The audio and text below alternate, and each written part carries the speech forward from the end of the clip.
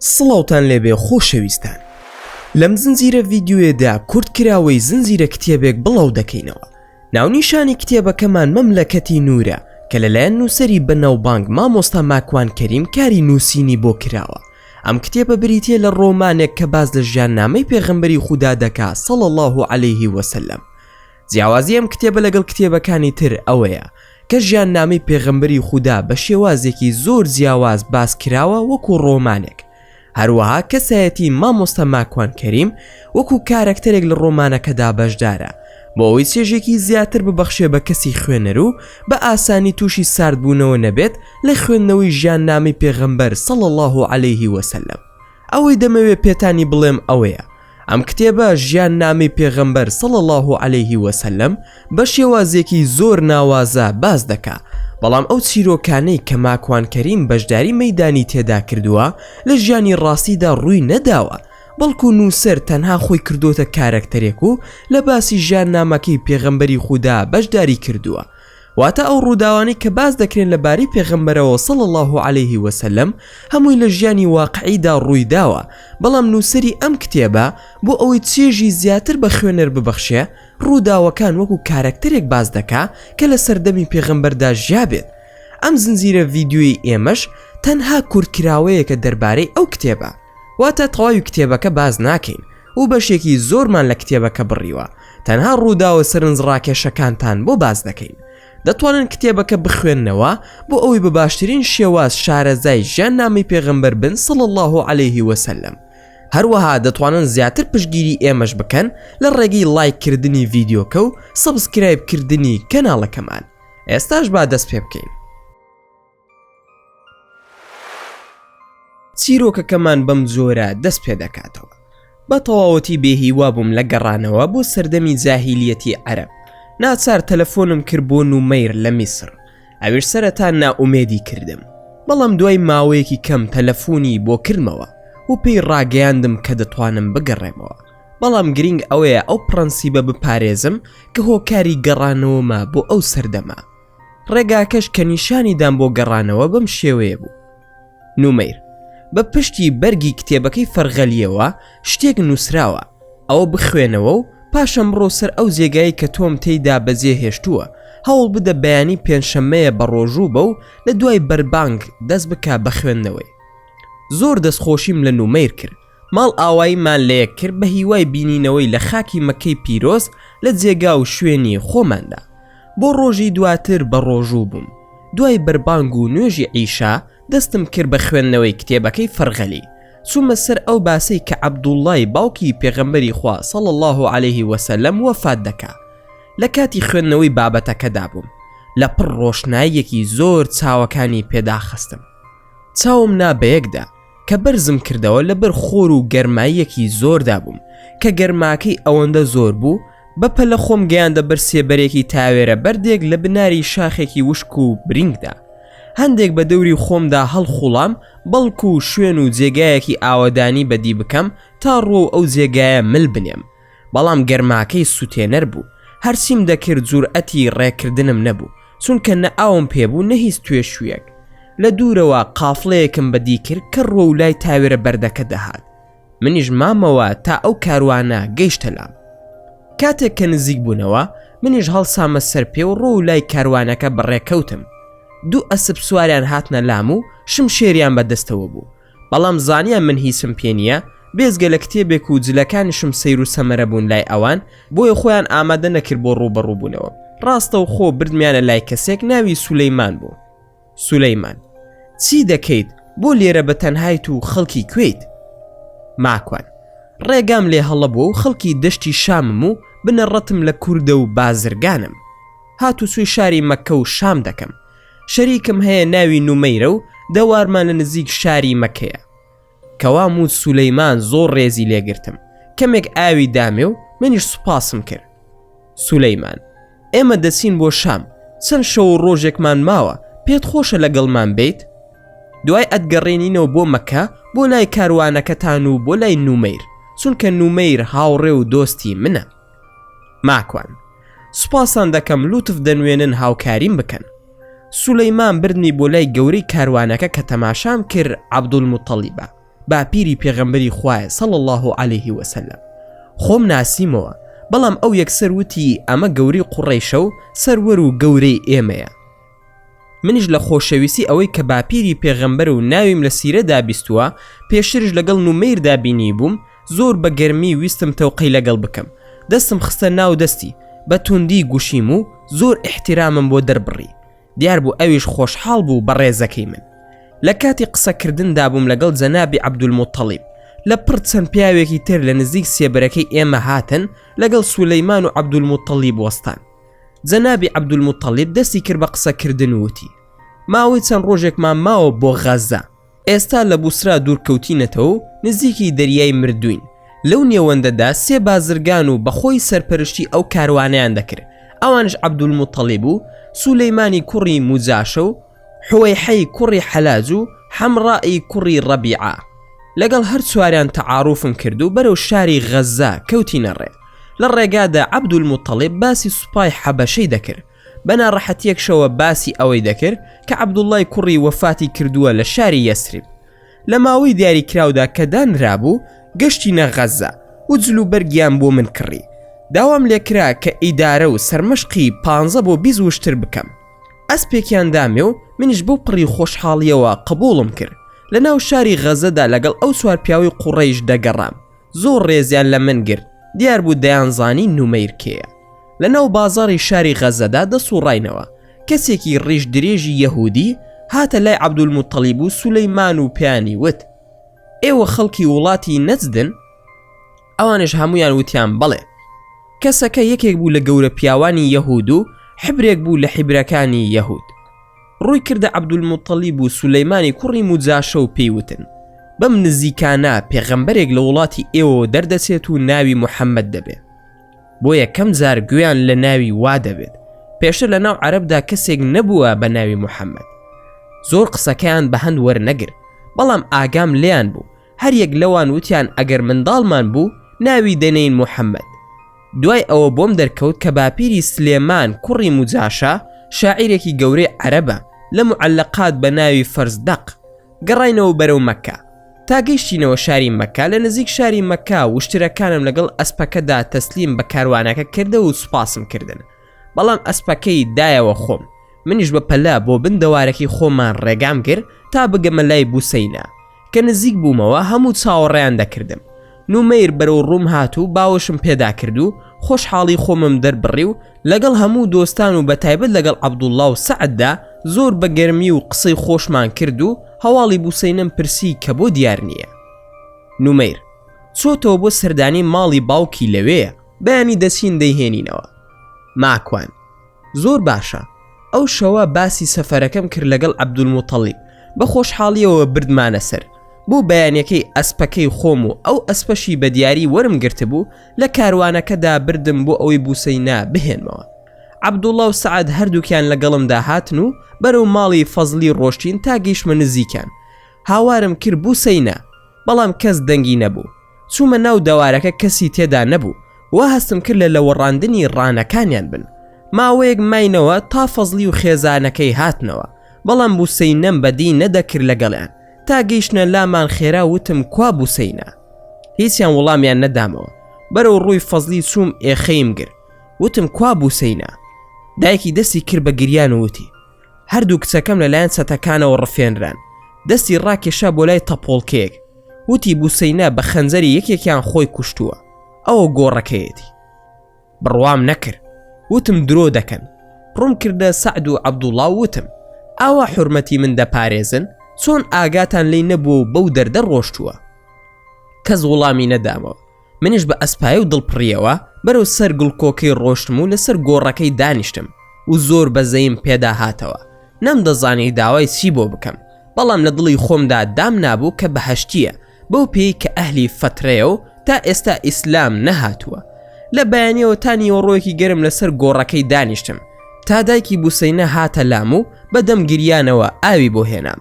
داوای لێ کردم کە لەبەر گەرماکەدا لاسم و بسمە دەوارەکەیان، بەڵام عەبدوڵڵا و سەعد بەپەلە هاتن بۆ لام و وتیان: نومەیر بانگت دەکات و دەڵێت بەپەلە بگەڕێتەوە بۆ مەکە. سوپایەک ڕووی کروتە ئەو شارە و دەیەوێت داگیری بکە، بۆ ئەوەی بە زووترین کاشتومەک و کەرەستەکانمان کۆبکەینەوە و بیان کەینە کاروانێک و بیدەین بەو شاخ و هەردەدا. ماکوان: سوپای چی؟ سعد: سوپاکەی ئەبرەها. ماکوان: جا ئەوە ترسی ناوێ؟ هەمومان و نومەیرش دەزانێت کە خوای گەورە لە ناویان دەبات بە سەربازانێکی خۆی کە باڵندەی ئەبابیلیان پێدەوترێ. سعد: ڕاستە، بەڵام نومەیر دەیەوێت کە تۆ بە چاوی خۆت بیبینی. بەپەلە گەڕامەوە بۆ شاری مەککە بۆ لای نومەیر. بینیم شاری مەککە کەسی تێدا نەماوە. هەموو ڕایان کردوتەوە سەر شاخەکانی دەور و پشتی مەککە. زۆر جێگای تێڕامان بوو بەلامەوە. خەڵکی ئەو شارە بەرگری لە ماڵ و سەروەت و سامانی خۆی ناکات و تەنانەت بەرگری لە ماڵی خوۆش ناکە، هەمووی ڕادەکات و خۆی دەپارێزێ. دوای وتم گرنگ نییە، سەردەمی جاهیلیەتە. هەموو چوونە سەر شاخەکان و لە نزیک شاری مەککە لە نێوانی تائیف و مەککەدا سوپاکە هات. من دەمزانی هیچ ڕوونادا. خوای گەورە بە سەربازانێک کە یەکێکن لە لاوازترین دروستکراوەکانی پەروەردگار لە ناویان دەبا. چوومە لای نومەیر لەسەر شاخی قوبەیز لە مەککە وەستا بووم. باڵندە وەک پەڵە هەورێکی ڕەش لە دوورەوە بەدی دەکرا تا نزیکتر دەبوونەوە ڕەنگیان تۆختر دەبوو. لەسەر سوپاکەی ئەبرەها دابارینە خوارەوە، بە قاسیان وردە بەردێکی بچووکیان فڕێ ئەدایە خوارەوە. بەر هەر کامێکیان دەکەوت هاوار و قیژەی ئەسپ و وشتر و لورەی فیلەکان دەگەیشتە ئاسمان. دیمەنێکی زۆر ترسناک بوو. خەڵکی قوڕیش ئەویان بینی بە چاوی خۆیان، بەڵام هەموو ڕەنگی مردوو لە چاویان نیشتە بوو. ئەو سوپایە بە تەواوەتی توانە و داڕەزان بە ناخی زەویدا و هیچ وجودێکیان نەما. وەک چۆن تێزاب دەکەی بە شتێکدا و دەیتوێنیتەوە، بەو شێوەیە دەتوانەوە لەگەڵ خاکدا تێکەڵ دەبوون. لە ساتە وەختێکی کەمدا کۆتاییان پێهات. منیش دیمەنەکەم زۆر لا ترسناک بوو، بۆیە هەر سوڕەتی فیلم دەخوێن. لە دوای ئەو ڕووداوە خەڵکی مەککە زۆر لووت بەرز بوون. دەست درێژیان دەکردە سەر هەموو تیرە و هۆزەکانی عەرەب. بە پێچەوانەشەوە لە ناو عەرەبدا زۆر خۆشەویست و موبارەک تەماشایان دەکرا، بە هۆکاری ئەوەی خوای گەورە ئەو سوپای لە ناو بر بڵاو ببوویەوە کە مەککە ئەمین و پارێزراوە لەلایەن پەروەردگاری کەعبەوە. بەڵام لەو کاتەوە بۆم دەرکەوت ئەوە بە تەنها مەککە نییە خوای گەورە دەیپارێزێ، بەڵکو ئەوە کەسێکەوە لە ڕەحمی ئافرەتێکدا بە ناوی ئامینە. ئەو منداڵەی سکی دەبێت ئەمین بێت لە شارێکدا کە بە ناوی ئەمن و ئاسایش ناوی دەرکردووە، ئەلبەلەدول ئەمین. خۆشی لە داهاتوودا دەبێتە ئەسادیق الئەمین. بەدەم خۆمەوە ئەم قسەیم دەکرد. نومەیر تەماشای دەکردم لە پڕوتی ئەوە بە چیەوە سەرقاڵی. ماکوان: هەندێک شتم بۆ دەرکەوت زەنابی نومەیر کە پێشتر نەمدەزانی. ئەویش نەمدەزانی هەردوو سوڕەتی فیل و قوڕیش بۆچی بەیەکەوە دابەزیون. بەڵام ئێستا تێگەیشتم کە هەردووکیان تەواوکەری مێژوو چیرۆکی پێش هاتنی سەروەری مرۆڤایەتی محەممەدن صلی الله عليه وسلم. زۆر زاروام دەزانی باسی دوو ڕووداوە تەنها بۆ بیرخستنەوەی دەسەڵات و گەورەی خوای پەروەردگارە. بەڵام ئێستا تێگەیشتم کە هەتا زیاتر سەردەم و ژیان بەرەو پێشتر بڕوات تێدەگەین ئەگەر دوژمنی خوا گەورەترین هێز بەکاربهێنێ، خوای گەورە بە بچووکترین هێز لە ناوی دەبا. نومەیر: وتەکانت ڕوون نییە، زیاتر ڕوونی بکەرەوە. ماکوان: تەماشای ئەو فیلانە بکە، زیاد لە 13 فیلم ژمار، و تەماشای ئەو چۆلەگانەش بکە بە ئاسمانەوەن. خوای گەورە فیل و هاوڕەکانی فیلی بە لاواسترین شت لە چاو ئەواندا لە ناو بردو، هەمویان بوونە پوش و پەلاش بەو ناوەدا. بیریشم لەوە دەکردەوە کە پێغەمبەری خوا صلی الله عليه وسلم 50 ڕۆژی تر لە دوای ئەم ڕووداوە لەدایک دەبێ. هەموو ئەمانە مێشکی منیان سەرقاڵ کردووە و کەوتومەتە بیرکردنەوەیەکی چڕ و پڕەوە. ئیتر لەوەوە تێگەیشتم کە خوای پەروەردگار دەیەوێ پەیام بدا بە هەموو عەرەب و جیهانیان. خوای پەروەردگار کە خوای محەممەدە صلی الله عليه وسلم ئەو سوپایەی لە ناو بردووە، نەک بتەکان و پەیکەرەکانتان بە ناوی لات و مەنات و هەتا دوای. ئیتر بزانن کە خودای گەورە بە هەمان شێوە پشت و پەنای محەممەدە صلی الله عليه وسلم، هەمان خوای تەیرول ئەبابیلە.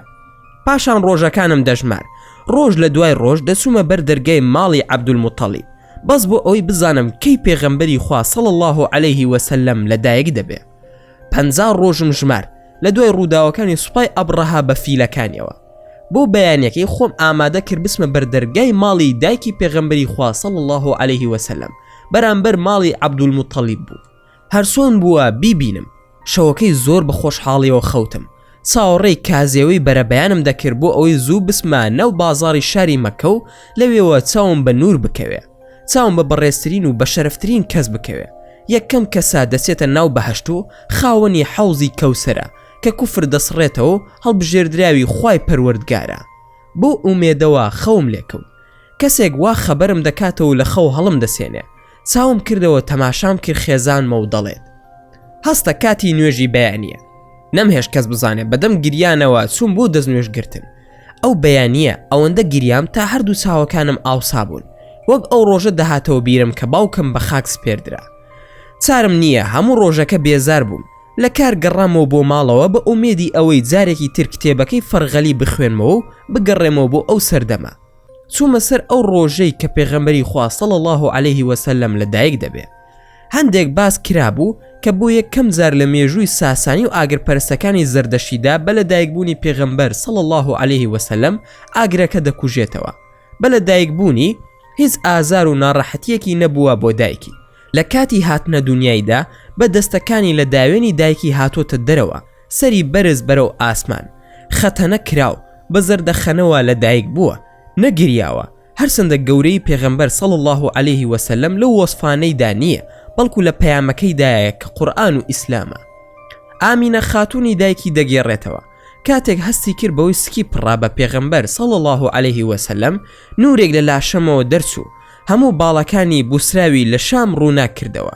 هەروەها دەگێڕێتەوە ئەو شەوەی لە کاتی لەدایکبوونی محەممەد صلی الله علیه وسلم چەند ئافرەتێک لەگەڵی دابوون، وەک مامان مانەوە بەلایدا. لەوانە دایکی عوسمانی کوڕی ئاسو، دایکی عەبدوڕەحمانی کوڕی عەوف. ئەو دوانە دەڵێن ئەو شەوە ئاسمان پڕ بوو لە نور، ڕۆژهەڵات و ڕۆژ ئاوامان دەبینی. هەواڵ ئەدرێتە عەبدولموتەلیبی باپیری دەست بەجێ داوای دەکا، دەیباتە ناو ژووری کەعبە و وەک گەورەیەک و شەرەفێک کە بلکێ بە پێغەمبەری خواوە صلی الله علیه وسلم، تا ئەو کاتە بۆ منداڵی کە زوا نەکرابوو ببرێتە ناو کەعبە. پاش ئەوەی کە محەممەدی بردە ناو کەعبەوە، زۆر نزا و پاڕانەوەی لە پەروەردگار کرد و لە کۆتاییدا کە هاتە دەرەوەوتی ئەوە ناوم نا محەممەد صلی الله علیه وسلم. خەڵک پرسیان محەممەد واتای چییە؟ ئەویش لە وڵامدا وتی مانای سوپاس کراوە، دەمەوێت لە ئاسمان سوپاسی خوا بکات و لەسەر زەویش خەڵکی سوپاسی بکات. بە بیستنی هەواڵی لەدایکبوونی محەممەد صلی الله علیه وسلم، زۆرێک لە مامەکانی لە خۆشیدا بەندە ئازاد دەکەن. لەوانە ئەبوو لەهەب بەندەیەک ئازاد دەکا. لەو سەردەمەشدا ئازادکردنی بەندە وەک موژدانە وابوو، تەنها پیاوانی گەورە کردویانە، یاخود بۆشتی زۆر گەورە و دڵخۆشکەر ئەو کارە ئەنجام دراوە. عەبدولموتەلیب خۆی دەگێڕێتەوە و دەڵێ پێش لە دایکبوونی محەممەدی کوڕی عەبدوڵڵا خەونم بینی. لە خەونەکەمدا درەختێکی بەرز سەری بۆ ئاسمان بڵند کردبوو، پەل و پۆشی بە ڕۆژهەڵات و ڕۆژ ئاوادا هاویشتە بوو. ئەم بینی عەرەب و عەجەم سوزدەیان بۆ دەبر. هەرچەندە خەڵکی زیادی بکردایە، ئەو زیاتر نور و درەخشانی درەوشاوەتر دەبوو، زیاتر پەل و پۆی دەهاویش. بەردەوام دەڵێ لە خەونەکەمدا بینیم خەڵکی قوڕەیش خۆیان هەڵواسیەوە بە لقەکانیدا بۆ ئەوەی هەر یەکە و لقێک بۆ خۆی بەرێ. ویستم منی جواب بکەم و خۆم بە لقێکدا هەڵبواسم، بەڵام گەنجێک پێشم کەوت و شوێنەکەمی گر. لە ژیانمدا جوان خاسی وەک ئەو گەنجە و بۆن خۆشی وەک ئەو لاوە جوان خاسم نەدی بوو.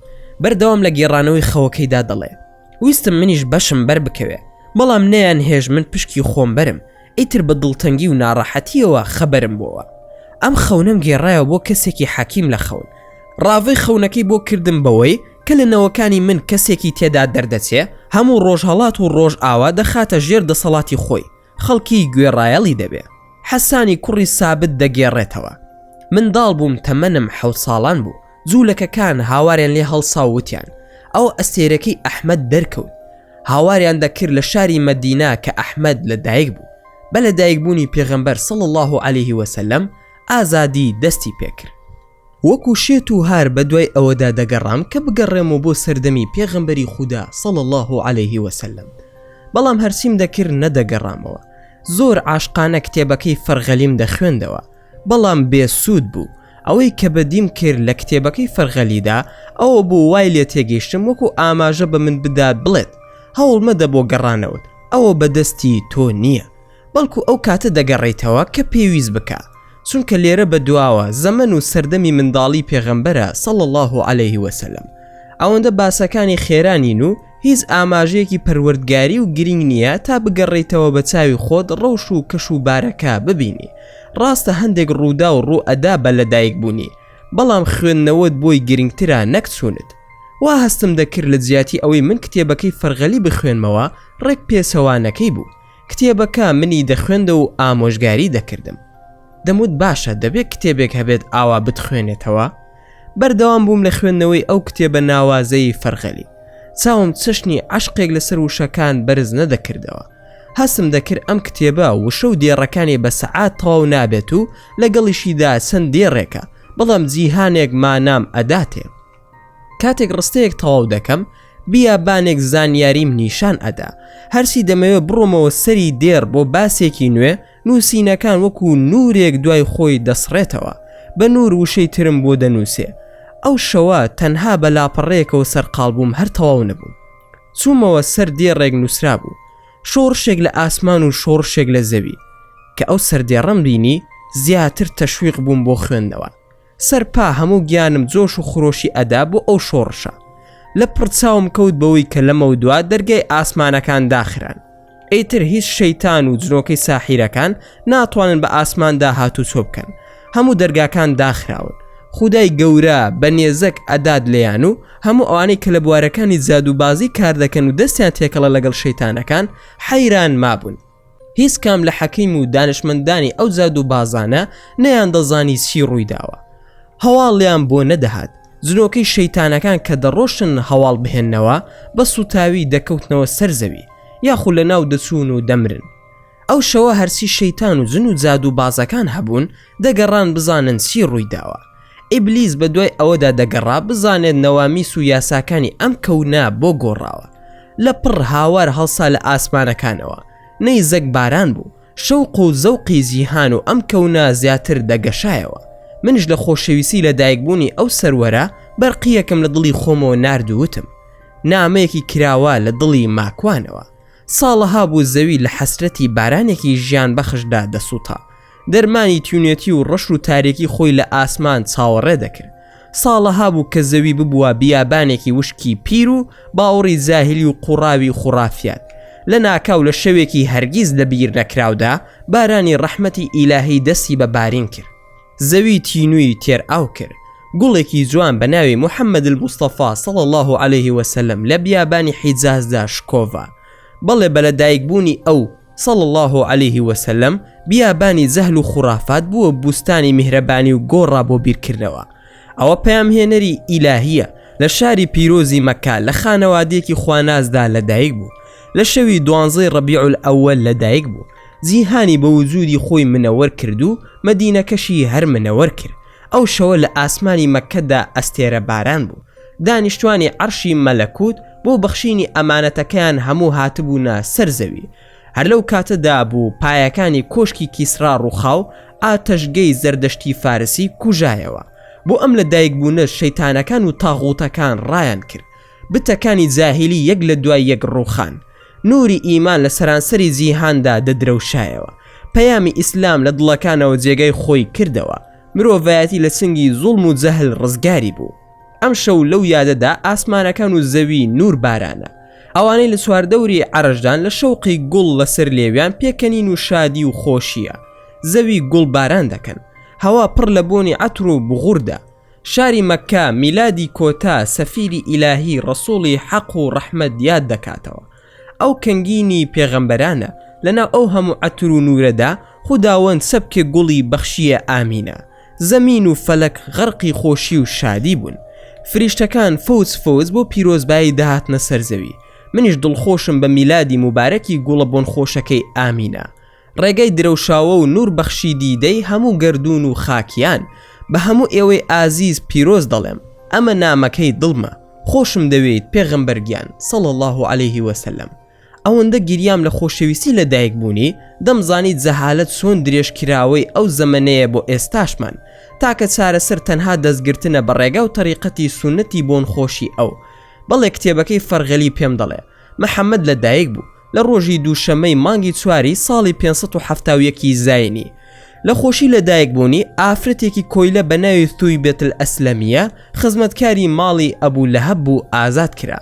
لەو کاتەدا لەلایەن ئامینە دایکی پێغەمبەری خوا صلی الله عليه وسلم هەواڵ برا بۆ ئەبوو لەهەب کە ئامینە هاوسەری عەبدوڵای برای کوڕێکی بووە. ئەبوو لەهەبیش لە خۆشەویستی محەممەد صلی الله عليه وسلم ئەو ئافرەتەی ئازاد کرد. هەر ئەو هۆکارەشە کە ئەبوو لەهەب هەموو دووشەمەیەکی سزای لەسەر هەڵدەگیرێ. ئەوە نیشانەی ئەوەیە کە خوای پەروەردگار بۆ خۆشەویستی پێغەمبەری خوا صلی الله عليه وسلم هەرچی بکرێ ئەگەر کافریش بێت خوای پەروەردگار پاداشتی ئەداتەوە. خۆشەویستمان بە چاودێری خوای پەروەردگار گەشەی دەکرد. بە هۆکاری ئەوەی شاری مەکە دۆڵێکی دوور لە سەوزایی و هەوا پەنگی تێدا دەخواردەوە لە کاتەکانی حەزدا، ئەو دەمەش سەردەمی زاهیلیەتی عەرەب بوو، لە مانگە حرامکراوەکاندا حەزیان دەکرد و شاری مەکە زۆر قەرەباڵغی ڕووی تێدەکرد. گەورە و خانەدانەکانی قوڕەیش منداڵەکانیان ئەدا بە ناوچەکانی دەوروبەری مەکە و وەکو هەوازن و سەقیف و هەتا دوایی. ئەم ناوچانە دوور بوون لە شاری مەکەوە بۆ ئەوی منداڵەکانیان بە جوانی و لە هەوایەکی سافدا پەروەردە بن.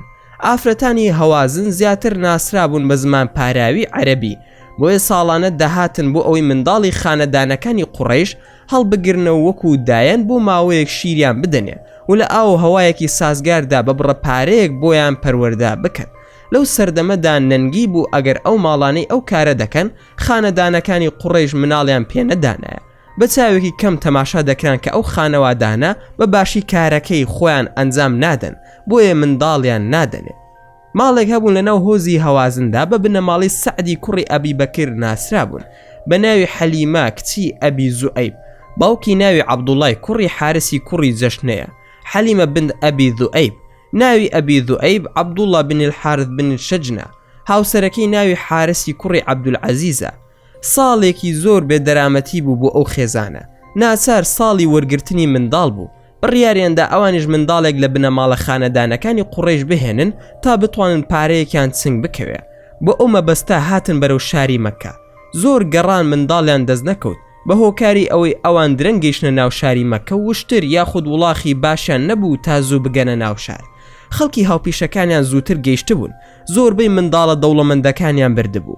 ئەو دەمەش وا باو بوو کە منداڵی هەتی و کەم هەڵدەگیرایەوە بە هۆکاری ئەوەی کە بێ باوکە و پێناسێ پارەیەکی باشیان پێ بدەن. ئەوانش کە هاتنە ناو شار و منداڵەکان هەموو درابوون بە خەڵکی تر، محەممەد صلی الله عليه وسلم تاکە منداڵێک بوو کە مابووەوە. ئەم خێزانە بۆ سومعە و بۆ ئەوەی نەڵێ منداڵیان دەست نەکەوتووە ناچار بوون کە بچنە لای عەبدولموتەڵیب و بە ناچاری وتیان لەوانەشە خێرێکمان دەست بکەوێ، بابی بین تا لە ناو دۆست و خزماندا تا نەمان لێ نەدرێت. بۆیە محەممەدیان برد، ئەگەر چی پارەشیان وەرگر وەکو هەموو خێزانەکانی تر، بەڵام هەر بەنا بەدڵی کردیان، چونکە منداڵی بێباوک کەمتر ڕەوازی پێدەدرا لەلایەن ئەو خێزانانەوە کە شیریان ئەدا بە منداڵەکان. حەلیمە دەگێڕێتەوە و دەڵێ کە محەممەدم نابە سنگمەوە بۆ ئەوەی شیر بخوا، هەستم بە ئارامی کرد. سنگم پڕ بوو لە شیر و بەرەکەتێکی گەورە لە سینەمەوە بۆ شیردان سەرچاوی گرتبوو. هەر خۆی دەگێڕێتەوە و دەڵێ لەو ساتە وەختەوە کە ئەو منداڵەما هەڵگرتووە هەموو شتێک گۆڕە، تەنانەت تاکە بزنێکمان هەبوو بۆ شیردان بۆ خواردنەوەی خۆمان، ئەوەندە شیری ئەدا کە زۆر لە زاران زیاتر بوو لە بەشی خۆشمان لی دەمایەوە، بێزگەلەوەی کە ڕۆژ بە ڕۆژ ژیان و ماڵ و داهاتیان زیاتر بوو. پێغەمبەری خوا صلی الله عليه وسلم بەو شێوەیە مایەوە، دایکی سەردانی دەکرد، چەند جارێ دەیهێنایەوە بۆ شاری مەکە بۆ بینینی کەس و کاری. لە دوای تەوابوونی 2 ساڵ لە شیردانی حەلیمە گەڕاندیەوە بۆ لای دایکی، بەڵام ئەوەندەی خۆش دەویست زۆر هەستی بە بەرەکەت و مبارەکی زۆری ئەم منداڵە دەکرد، بۆیە جارێکی تر داوای کردەوە کە محەممەد صلی الله عليه وسلم لای بمێنێتەوە، زیاتر ئاگاداری بێت تا بە جوانی زمانی عەرەبی ئەو ناوچەیە وەردەگرێ. لایەن مایەوە تا گەیشت بە تەمەنی 4 ساڵی، توانای یاریکردن و چوونە دەرەوە و ڕاکردنی هەبوو لەگەڵ منداڵانی تردا. ئیبن عەباس دەگێڕێتەوە کە خوشکی شیری پێغەمبەری خوا صلی الله عليه وسلم بە ناوی شەیما دەگێڕێتەوە بۆ دایکی حەلیمەی سەعدیە دەڵێت لە کاتی گەرمای نیوەڕۆدا بوو بینیم هەورێک سێبەری کردبوو بۆ محەممەد صلی الله عليه وسلم. دایکیشی دەگەڕێتەوە بۆ هاوسەرەکەی و هاوسەرەکەشی دەڵێ ئەم کوڕە کەسێکی ئاسایی نییە، بەڵکو لە شان و شەوکەتیەوە دیارە لە ئێستاوە کە کەسێکی گەورەیە. ماوەی مانەوەی پێغەمبەری خوا صلی الله عليه وسلم لەو جێگایە چەند ڕایەکی جیاوازی لەسرە، بەڵام من ئەو ڕایم لا پەسەندترا کە دەڵێت تا تەمەنی 5 ساڵی لەوێ ماوەتەوە. ئەوەمان بیر نەچێ کە پێغەمبەر صلی الله عليه وسلم لە منداڵیدا لە خۆشەویستی ئەوەی کە بە هەتیوی لە دایک ببوو، باوکیشی پیاوێکی بەڕێز و خاوەن پێگە و جوان خاسی شاری مەکە بوو، ئامینەی دایکیشی لە خانەدانی بەنی نەجار بوو، زۆر خۆشەویست بوو لە ناو شاری مەکە. هەر ئەوە بووە هۆکاری ئەوەی کە پێغەمبەر زۆرێک لە ئافرەتانی مەکە شیریان داوەتێ. لە تەمەنی منداڵیدا پێغەمبەری خوا صلی الله عليه وسلم یاری دەکا لە پڕ منداڵان لە دەوری محەممەد صلی الله عليه وسلم ڕادەکەن و هەواڵ دەهێننەوە بۆ حەلیمە کە دوو کەس هاتن و سکی محەممەدیان بە چەقۆ هەڵدڕی. حەلیمەش بە ڕاکردن دەڕوا بۆ لای محەممەد صلی الله عليه وسلم بزانێت چی ڕوویداوە. لی دەپرسێ بووە ڕەنگت تێکچووە. دیارە ڕەنگی دەموساوی محەممەد صلی الله عليه وسلم زرد ببوو، ترس و بیمی پێوە دیار بوو، لە جێگەی خۆیدا دانیشتە بوو تا حەلیمەی دایکی شیری چووەتەوە لای و لە وەڵامدا محەممەد صلی الله عليه وسلم فەرمووی دوو کەس هاتن و سکیان هەڵدڕیم و قاپێکی ئاڵتونیان پێبوو، وتیان ئەوە دڵتە، دەریان هێنا و پاک شۆردیان، بەشێکیان لێ دەرهێنا و فڕیاندا و وتیان ئەوە بەشی شەیتانە، دوای دڵمیان خستەوە جێگای خۆی و سکیان بۆ دووریمەوە. حەلیمە تەماشای سکی کرد، پێوەی دیار بوو کە سکی دووراوەتەوە تا کۆتایی تەمەنی پێغەمبەری خوا صلی الله عليه وسلم بە سنگ و سکیەوە دیار بوو کە دووراوەتەوە کە ئەم ڕووداوە ڕوویدا لە ترسا گەڕاندیانەوە بۆ لای دایکی. حەلیمە و هاوسەرەکەی لەوە ترسان کە شتێکی بەسەر بێ. ڕووداوەکە بۆ دایکی پێغەمبەر صلی الله عليه وسلم دەگێڕنەوە. ئامینە خاتون بە دڵنیاییەوە پێیوتن دڵنیا بن خوای گەورە دەیپارێزێت. دوای ئەوەی کە گەڕایەوە بۆ لای دایکی، زۆربەی کات لە لای عەبدولموتەڵیبی باپیری بوو، لەگەڵ خۆیدا دەیگێڕا بە ناو شاری مەکەدا، لە مەزیسەکاندا لەگەڵی بوو، بۆ هەموو مەزیسی پیاوە گەورە و خانەدانەکانی قوڕەیش دەیبرد. هیچ کەس نەیدەتوانی لەسەر جێگای باپیری پێغەمبەر صلی الله عليه وسلم دابنیشێ و هیچ کام لە کوڕەکانشی ئەو کاریان ناکرد، تاکە کەسێک کە لە جێگاکەیدا دادەنیشت پێغەمبەری خوا بوو صلی الله عليه وسلم. بەسەر سوورمانەوە لی دەپرسن چۆن دەهێڵی ئەو منداڵە لە جێگاکەتدا دابنیشێت. ئەویش لە وەڵامدا دەڵێ ئەم کوڕم یاخود ئەم نەوەیەم هەموو ڕۆژهەڵات دەخاتە ژێر دەستی و شان و شەوکەتی زۆر بەهێز و گەورە دیارە، لەبەر ئەوە گەورەی ئەو لە جێگاکەی من گەورەترە. ئامینەی دایکیشی ویستی بیبا بۆ مەدینە. لەوەدا بووم بیخوێنمەوە باسەکەی کە دایکی پێغەمبەری خوا صلی الله عليه وسلم پێکەوە بچن بۆ مەدینە. خەوم لێکەوت بەسەر کتێبەکەی فەرغەلیەوە. زۆر ماندوو بووم بە خوێندنەوەی، چونکە نووسینەکانی وەکو گەردەلوو لێکوا بوو لەسەر لاپەڕەکانی، بە جوانی وشەکان لولیان دەخوار، لە هەمان لاپەڕەدا هەر ڕستەیەکم دەخوێندەوە لا دەسوو، ڕستەیەکی تری نیشان ئەدەم. نازانم چەندە خەوتم، بەڵام چاوم کردەوە لە باخێکی خۆشدا لە بندار خوورمایەکدا پاڵ کەوتە بووم. هەستم بە تیونێتی زۆر دەکرد، بە دوای ئاودا گەڕام بیخۆمەوە. زۆ گەلەیەکی ئاوم بەدی کرد، دیار بوو سەرچاوەیەکی جوان و پاکی هەبوو. بە دوای سەرچاوەکەدا گەڕام بۆ شۆردنی دەموچاوم و تێر ئاویش بخۆمەوە. دڵ خۆش بووم زانیم گەڕاومەتەوە بۆ سەردەمی پێغەمبەری خوا صلی الله عليه وسلم، بەڵام نەمدەزانی لەکوێم. هەستم دەکرد لە دەیەکدام، گوێم لە دەنگی گریانی منداڵێک بوو لەگەڵ ژنێکدا کە هەر دەیوت دایکە تۆش بگەڕێەوە لەگەڵماندا. لە دوورەوە تەماشام دەکردن، هەستم دەکرد چاڵێک پڕ دەکەنەوە، منداڵەکە دەگریا و ژنەکەش لەگەڵی دەگریا. وتم با لە خۆمەوە نەسمە پێشەوە، نەوەکو تووشی کێشەیەک ببم. گریانی منداڵەکە زۆر ئازاری ئەدەم کە هاواری دەکرد دایکە وەرەوە با بگەڕێنەوە بۆ شاری مەکە. زۆر ئازاریدام کە نزیک بوومەوە دەستی منداڵەکەی گرت و ڕۆشتن. چەند کەسێکم بەدی کرد لێم پرسین باشە من لەکوێم؟ ڕێبوارم و ڕێگام هەڵە کردووە. لە وەڵام داوتیان تۆ لە جێگایەکدای ناوی ئەلئەبواە نزیکە لە شاری یەسریب. ئینجا زانیم ئەو منداڵە پێغەمبەری خوا بوو صلی الله عليه وسلم. ئەو چاڵش گۆڕی دایکی بوو، ئەو ئافرەتەش دایکی ئەیمەن بوو. بە پەلە ڕام کرد تا پێیان بگەمەوە، دەمزانی دەگەڕێنەوە بۆ شاری مەکە. لێرەش چیرۆکەکە ڕادەگرین.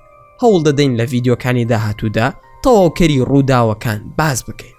زۆر سوپاسان دەکەم کە تا ئێستا بینەری ڤیدیۆکەمان بوون. ئەگەر ڤیدیۆکەتان بەدڵ بوو ئەوە هەر ئێستا لایکی ئەم ڤیدیۆمان بۆ بکەن و هەروەها شێری بکەن لەگەڵ هاوڕێکانتاندا. وە لە بیرشتان نەچێت ئەگەر ئەتانەوێت هەمیشە بابەتی ناوازە لە کەناڵەکەی ئێمە ببینن ئەوە هەر ئێستا سەبسکرایبی کەناڵەکەمان بکەن و زەنگۆڵی تەنیشتی سەبسکرایبەکەش چالاک بکەن. دووبارە و سێبارە سوپاسان دەکەم بۆ تەماشاکردنی ڤیدیۆکە.